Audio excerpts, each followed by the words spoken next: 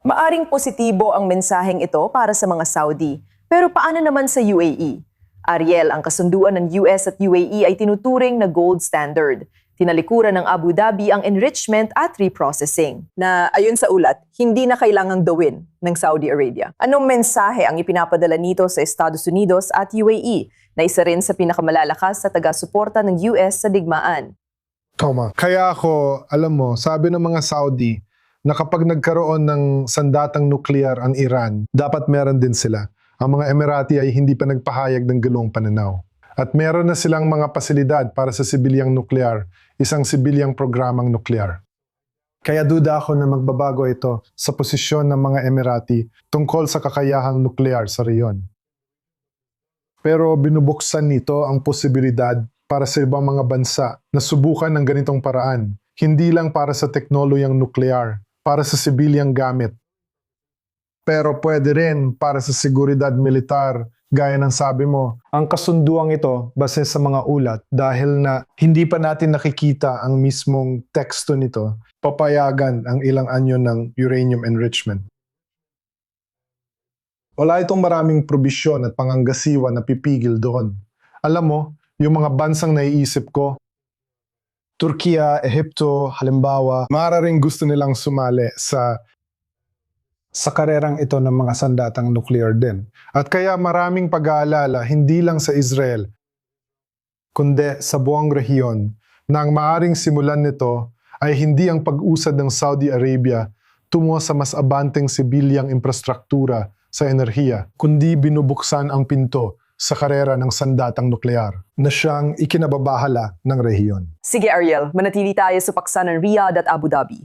Matapos ang buwang pampublikong tensyon, tahimik na nagpapakita ng pagkakaisa ang Saudi Arabia at UAE. Nagpost ng magkakatugmang mensahe ang mga matataas na opisyal ng eksaktong alas 7 ng gabi noong Martes. Pinuri ang kasaysayan at pamumuno at hiniling sa media na huwag sirain ang ugnayan. Lalong lumakas ang pag-asa sa muling pagbubuo ng relasyon matapos lumabas ngayong araw ang larawan ni na Ministro ng Depensa ng Saudi na si Prinsipe Khalid bin Salman at Vice Presidente ng UAE na si Sheikh Mansour bin Zayed Al Nahyan. Ariel, anong masasabi mo rito? Nakakaintriga talaga ang timing nito. Matagal na nating nasasaksihan ng tensyon sa pagitan ng UAE at Saudi Arabia na lumala dahil sa hindi pagkakaunawaan sa Yemen. Ngayon, muling nagbabanta ang Yemen sa Saudi Arabia. Paano natin ito maunawaan ng buo?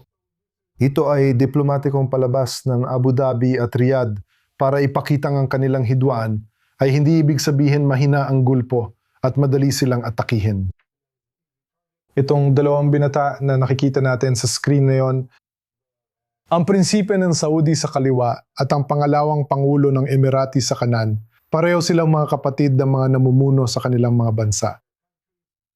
Kapatid ni Crown Prince Mohammed bin Salman at kapatid ng Pangulo ng UAE na si Mohammed bin Zayed.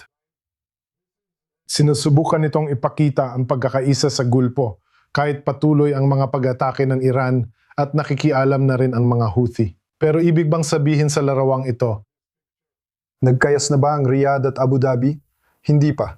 Marami pa rin pagkakaiba pero ipinapakita nito kahit papaano sa panig ng Abu Dhabi na hindi pa nila tuluyang isinara ang pinto sa pagsubok na muling buuin ang relasyon sa Saudi Arabia. May pagkakaiba ng interes at maraming sigalat sa rehiyon. Halimbawa, ang Yemen ay isa pa ang Libya. At pati na rin ang relasyon ng UAE sa Israel ay isa pang pinagmumulan ng tensyon. Kaya hindi ibig sabihin nito na ang relasyon ay, alam mo na, bumalik na sa dati.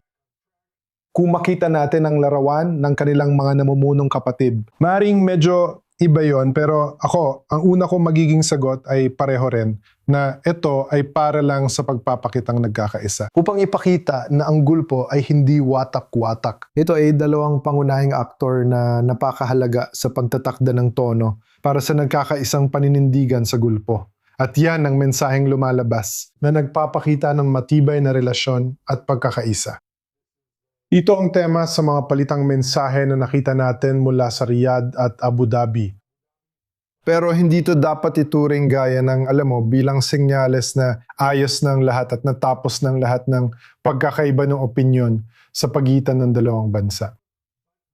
Pero ipinapakita nila na inuuna nila ang pagkakaisa sa gulpo kaysa sa kanilang mga pagkakaiba pagdating sa mga bantang pareho nilang tinaharap na kinabibilangan ng Iran, ang mga Houthi at iba pa. Hindi lading buo ang kwento sa social media.